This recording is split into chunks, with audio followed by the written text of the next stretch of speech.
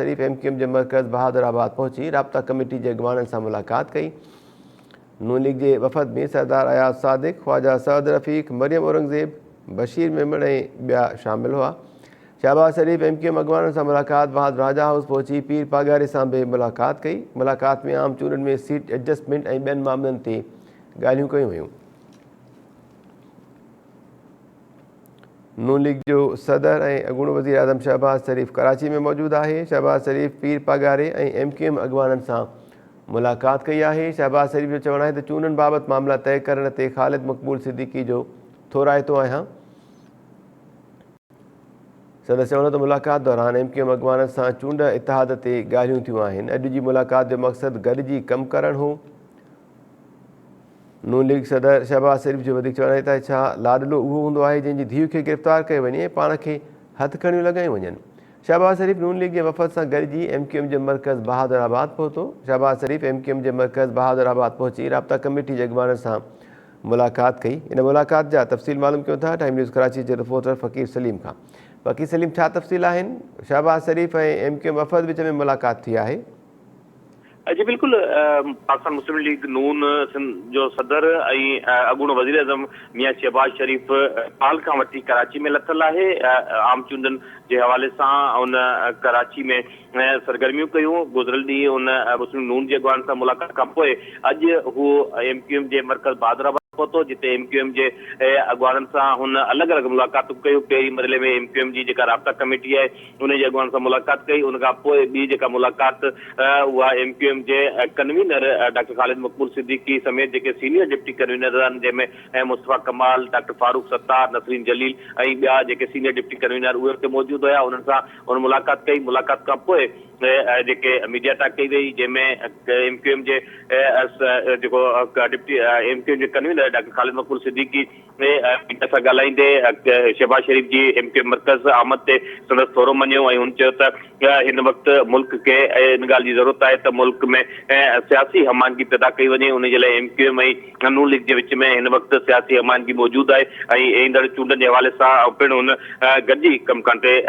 ज़ोर ॾिनो। जॾहिं त मुस्लिम नून जो जेको सदर आहे शहबाज शरीफ़ हुन ख़िताब कयो, मीडिया सां ॻाल्हायो। हुनजो चवणो हुयो त हिन वक़्तु MQM ऐं मुस्लिम नून जे विच में जेका सियासी हमानगी आहे उहा क़ाइमु रहंदी। हुनजो चवणो हुयो त MQM सां गॾिजी चाहियूं था त मुल्क में जेका मुल्क खे मुआशी तौर ते मुस्तक़िम कजे ऐं मुल्क खे हिन बहरान वारी सूरत मां कढी सघे। इहो ई सबबु आहे जो MQM ऐं नून लीग अॼु जेका हिते मुस्लिम नून जे सरबराह मियां नवाज़ शरीफ़ जो पैगाम खणी ऐं हू हिते पहुतो आहे।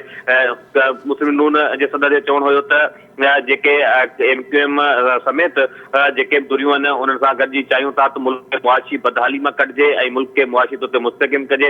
इन ई जे करे गॾिजी कमु करण ते हुन ज़ोर ॾिनो आहे। शहबाज शरीफ़ जो चवणो हुयो, हुन मीडिया सां ॻाल्हाईंदे मुख़्तलिफ़ सुवालनि जा जवाब ॾिना। हुनजो चवणो हुयो त छा उहो लाडलो आहे, उनखे तव्हां लाडलो चई सघो था त जंहिंजी धीउ खे संदसि साम्हूं गिरफ़्तार कयो वञे ऐं उनखे हथकड़ियूं हणी दुनिया जे ॾाढो रुसवा कयो वञे।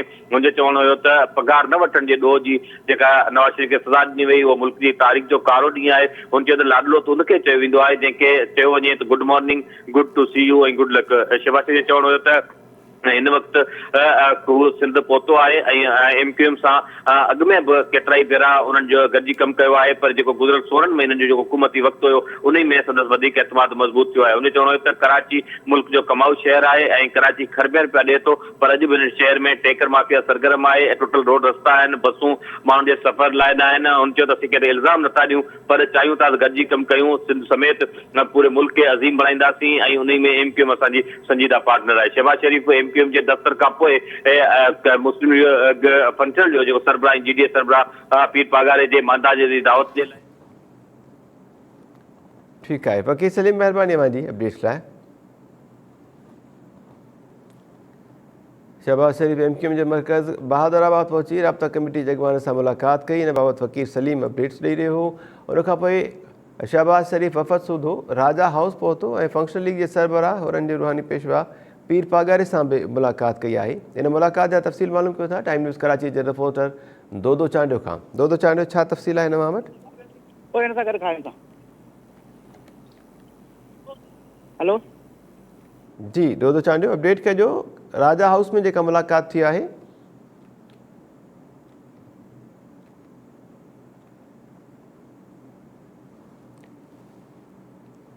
नाज़रीन, नून लीग जो सदर ऐं अॻूणो वज़ीर आज़म शहबाज़ शरीफ़ वफ़द सूधो कराची में मौजूदु आहे।